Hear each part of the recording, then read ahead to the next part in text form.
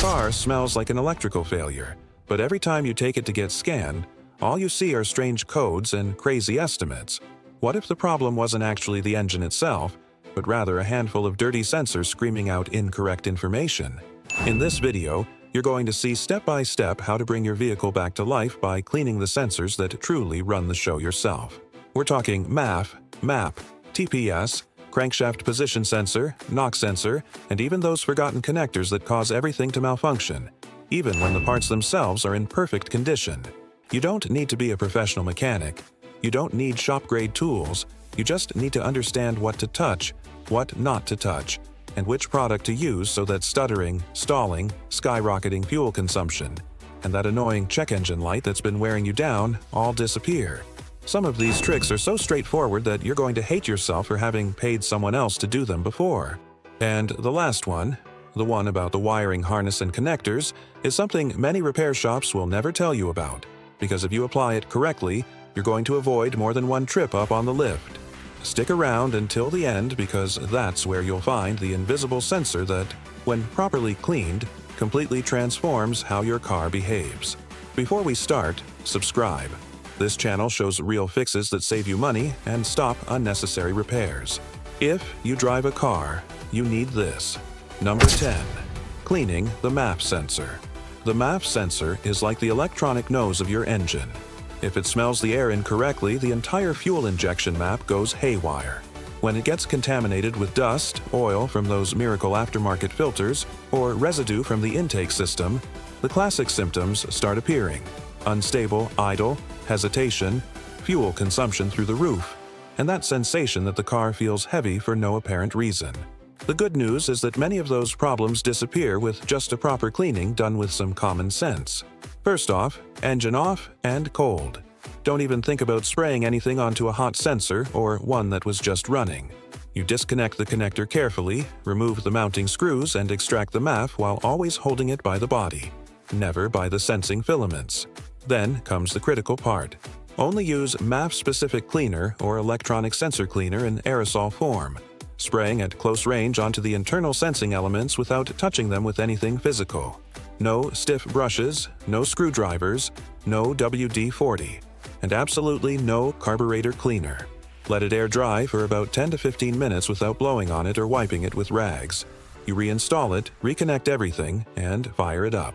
Many times, just with that single step, the engine recovers its smoothness, fuel consumption drops, and those intermittent codes that were scaring you vanish into thin air. Number 9. Cleaning the MAP sensor.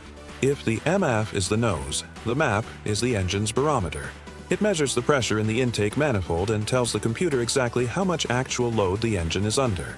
When it fills up with vaporized oil, carbon buildup, or sludge that comes from the EGR system, the reading starts lying, and the computer responds with mixtures that are either too lean or too rich, weird smoke patterns, and a lack of power. The advantage with the MAP is that it's usually more accessible. Normally, it's bolted directly onto the manifold or connected to a small vacuum line coming off of it. The process is similar to the MAF. Engine off, disconnect the electrical connector, remove the mounting bolt, and extract the sensor in a straight line without bending it or twisting it aggressively. You'll see a tip that looks like a small mushroom or a cavity with a small opening. That's where all the gunk accumulates. You use electronic cleaner or sensor cleaner, a couple of gentle bursts, and let the liquid do its job while you wait for the dirt to drain out. If there are really stubborn deposits caked on, only use a very soft brush or a cotton swab barely moistened, without leaving fibers inside and without jamming anything into the opening. Let it dry completely, reinstall it, and you're done. A clean MAP helps the engine respond more fully when you hit the accelerator, reduces exhaust smoke, and above all, allows the computer to stop guessing what load the engine is actually under. Number 8. Cleaning the oxygen sensor. The oxygen sensor, or lambda sensor, is the snitch in the exhaust system. It's constantly monitoring how rich or lean the mixture is coming out so that the computer can make real-time corrections. If it gets contaminated with soot, burned oil, or strange fuel additives, its readings become sluggish or downright incorrect, and that's when you start seeing skyrocketing fuel consumption, a strong smell of gasoline or poorly burned diesel, and very often that check engine light illuminated. Unlike the MAF and MAP, The key word here is respect. The oxygen sensor operates at extremely high temperatures and is very delicate. If you're going to clean it, you only do it when the exhaust system is completely cold. You disconnect the electrical connector, remove it with a specialized oxygen sensor socket to avoid damaging the wiring, and inspect the tip. In many cases, if it's heavily crystallized or covered with hard deposits, the right thing to do is replace it, not attempt to resurrect it. When the contamination is light, some mechanics use a sensor-specific cleaner, or, failing that, a gentle cleaner without abrasives, only to remove the surface film. You should never sand it, scrape it with metal tools, or submerge the tip in aggressive chemicals. Afterward, you reinstall it with a bit of anti-seize compound on the threads without touching the tip itself, and you torque it down to the recommended specification. An oxygen sensor that's reading quickly and cleanly again allows the engine to adjust the mixture with precision, improve fuel economy, reduce emissions, and when combined with clean MAF and MAP sensors, makes many problems disappear that people try to fix by randomly replacing parts. Right now, we're just setting the stage for the next level of intelligent engine cleaning without ever stepping foot in a repair shop. Number 7. Cleaning the TPS sensor. The TPS is the translator between your foot and the computer. It tells the system exactly how much you're pressing down on the accelerator pedal. When it gets dirty or contaminated with oil and carbon buildup from the throttle body, the classic ghost problems start appearing. Unstable idle, the engine stays revved up, loss of power when accelerating from a stop, hesitation when maintaining speed, and sometimes a check engine light with throttle position codes. On many older vehicles, the TPS is bolted to the side of the throttle body and can be removed. On most modern electronic throttle bodies, it comes sealed and integrated. In those cases, you don't open it or scrape anything, you just clean the entire throttle body so the sensor can work comfortably. For removable TPS units, here's the play. You disconnect the battery, remove the connector and mounting screws, and take out the sensor carefully. On the outside, you can clean with electronic cleaner and a lint-free cloth, removing oil, dirt, and moisture from the connector and housing. Don't force it open or stick a screwdriver onto the internal tracks because you'll kill it. Take the opportunity to also clean the throttle plate and the edge of the throttle body bore with the appropriate product, because if the throttle plate sticks, the TPS goes crazy reading positions that don't match reality. Then you mount everything back, connect it, and in many cases, it's enough to perform a small relearning procedure. Key on for a few seconds without starting, then start it without touching the accelerator and let it stabilize. A TPS working cleanly in a throttle body without buildup restores smoothness to the pedal and eliminates many of those hesitations that people mistake for fuel injection problems. Number 6. Cleaning the IAT sensor. The IAT is the intake air temperature sensor, the one that whispers to the car's brain whether the incoming air is cold and dense or hot and thin. With that information, the ECU adjusts the fuel mixture and ignition timing. So when the IAT lies, the engine feels dumb, becomes sluggish when cold, loses its spark when hot, and fuel consumption shoots up without you changing your driving habits at all. In many vehicles, the IAT is integrated into the MAF sensor itself. In others, it's a small sensor screwed into the intake duct or mounted in the air filter housing. The procedure is relatively simple, but there's a trick to it. Engine cold.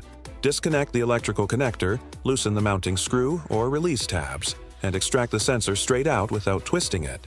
You'll see what looks like a bulb, or small exposed sensing elements. That's where fine dust, vaporized oil, and grime that accumulates in the intake over the years sticks. To clean it, only use electronic cleaner or sensor cleaner. A couple of gentle sprays, letting it carry away the dirt and drain outward. Don't blast it with compressed air up close because you can damage the element, and don't touch the tip with screwdrivers or stiff brushes. Let it air dry for a few minutes, reinstall it, and reconnect. An IAT that's reading correctly again allows the ECU to fine-tune the mixture much better both when cold and hot. And combined with clean MAF and MAP sensors, the engine starts more smoothly, adapts better to weather changes, and stops doing those weird things that many people blame on bad fuel. Number 5. Cleaning the ECT sensor. The ECT is the engine coolant temperature sensor, and even though nobody pays attention to it, it's one of the most important sensors in the entire vehicle. It's the one that tells the computer whether the engine is still cold, requiring a richer mixture and higher idle, or if it's already warmed up requiring normal mixture with cooling fans kicking in when needed. When the ECT gets contaminated, its terminals corrode, or it reads out of range, the ECU might think the engine is always cold or always hot. The result is astronomical fuel consumption, cooling fans that don't activate when they should, difficult starts, and even risk of overheating if the mixture isn't adjusted properly. The cleaning here focuses on the connection part, not on polishing the tip that sits inside the coolant. Engine completely cold, locate the sensor, normally on the cylinder head, thermostat housing, or on a coolant hose. Press the connector tab and remove it. Very often you'll see greenish corrosion or dirt on the pins. Use electrical contact cleaner and, if needed, a small soft bristled brush or a barely moistened cotton swab to remove sulfate from the terminals, both on the sensor and the connector, without bending pins or enlarging the housing slots. Let it dry, reconnect until you hear the click, and you're done.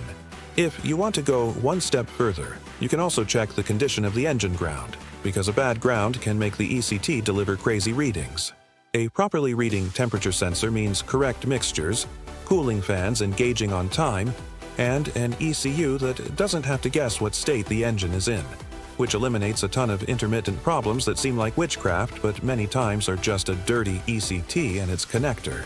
Number 4. Cleaning the knock sensor. The knock sensor is the engine's ear. It's mounted to the block, constantly listening for any rattling or abnormal explosions during combustion. When it detects knocking, it alerts the computer to retard the ignition timing and prevent damage to the pistons. If this sensor gets dirty with dust, oil, or carbon deposits, it can generate false signals. The computer thinks there's detonation when there isn't any, unnecessarily retarding the timing and causing loss of power, increased fuel consumption, and the engine feeling flat. Sometimes you also get codes like P03211 or P032 that many mechanics solve by replacing the sensor when many times it just needed a good cleaning. This sensor is normally bolted to the engine block, sometimes between cylinders or underneath the intake manifold. On some engines, it's a real pain to access. Engine cold. Disconnect the sensor harness and unbolt it with the appropriate socket. When you pull it out, you'll see the housing is covered in oil, dust, and grease. First, wipe it down with a dry cloth or microfiber to remove the heavy dirt. Then, apply electrical contact cleaner or sensor cleaner, spraying both the sensor body and the connector pins. Also, clean the wiring harness because many failures come from there. Don't use metal brushes or scratch the sensor tip that detects the vibrations. Let it air dry for about 5 minutes. Reinstall it with the correct torque. It's critical that it's properly tightened so it can properly hear the vibrations from the block, and reconnect the harness. A clean and properly mounted knock sensor allows the engine to run with optimal timing advance, recover power, and stop those weird hesitations that many people confuse with fuel injection or spark plug problems. Number 3. Cleaning the vehicle. Speed sensor. The vehicle speed sensor, or VSS, is what tells the computer how fast the vehicle is traveling, and with that information, the ECU adjusts idle during deceleration, modulates the IAC valve, activates cruise control if you have it, and on some cars controls shifting and automatic transmissions. When it fails or gets contaminated, weird things start happening. Crazy speedometer that jumps up and down on its own, odometer that doesn't count miles correctly, unstable idle when coming to a stop, harsh shifts in automatics, and in some cases even check engine and ABS lights coming on, because those systems also need to know the actual vehicle speed. This sensor is normally located on the transmission or gearbox, sometimes on the differential or at the speedometer cable output on older vehicles. Access can be complicated depending on the model, often from underneath the car. Engine off, lift the vehicle safely. Locate the sensor, typically with a plastic gear on the tip that reads the rotation of the transmission output shaft. Disconnect the electrical connector and unbolt or unscrew it carefully. When you pull it out, it's common to see transmission fluid, fine metal shavings, and dirt stuck to the gear and body. Here, the game is to clean the gear with brake cleaner or degreaser, verifying that the teeth aren't broken or worn down. Then you clean the electronic part of the sensor, the part where the wires connect, with contact cleaner, without touching delicate internal parts. Also, clean the housing in the transmission, removing any accumulated shavings or gunk. If the sensor has an O-ring seal, replace it to prevent fluid leaks. Mount the sensor, Tighten gently since many are plastic and will crack if you over-torque wake them. Connect the harness and lower the vehicle. A clean and properly functioning VSS makes the speedometer read correctly, allows the automatic transmission to shift smoothly, and gives the computer real data to manage idle and other systems that depend on knowing whether you're stopped or cruising at 60 miles per hour. Number 2. Cleaning the crankshaft position. Sensor. Here, we're no longer talking about just any sensor, but rather the heartbeat of the engine. The crankshaft sensor is what tells the computer the exact position of the pistons and at what speed everything is spinning. If it gets dirty or the signal gets contaminated, the scares begin. Engine that shuts off out of nowhere, endless cranking, hesitation at certain RPMs, and even the classic won't start but the engine turns over scenario. On most cars, it's mounted very close to the crankshaft pulley or between the engine and transmission, reading either a toothed ring or a flywheel with timing marks. That's why it lives surrounded by oil, dust, mud, and even fine metallic debris. The idea here isn't to open it up or invent surgeries, but to give it an intelligent preventive cleaning. With the engine completely cold and the car properly secured, locate the sensor, disconnect the electrical connector, and loosen the bolt holding it in place. When you pull it out, you'll see the tip is usually covered in grease and grime. With a cloth and sensor cleaner or contact cleaner, you remove that layer of crud from the tip and body without sanding or scraping anything. Take the opportunity to also clean the seat where it enters the block and the connector itself, which often has corrosion or moisture. Let it dry for a few minutes, reinstall with the proper torque, and reconnect. A clean crankshaft sensor with good electrical contact can be the difference between an engine that fails intermittently and one that starts and maintains spark like it just rolled off the factory floor. Number 1. Cleaning sensor connectors and wiring harness. This is the point that almost nobody checks, and yet it's the one that fixes the most phantom problems without replacing a single part. You can have all brand new sensors, the best scanner in the world, and the most expensive mechanic. But if the connector is corroded, full of old grease or has moisture inside, the signal reaching the computer is garbage, and the computer with garbage input makes garbage decisions. The move here is to treat the harness and connectors for what they are, the veins and nerves of the system. Every time you clean an important sensor like MAF, MAP, TPS, ECT, crankshaft, knock, and so on, dedicate an extra minute to the connector.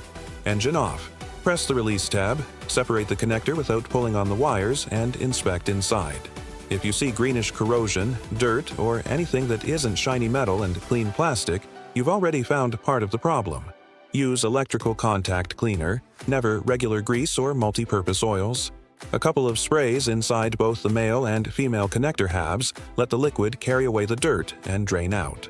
If there's stubborn sulfate buildup, you can help it along with a very soft brush or cotton swab, being careful not to bend or spread the pins.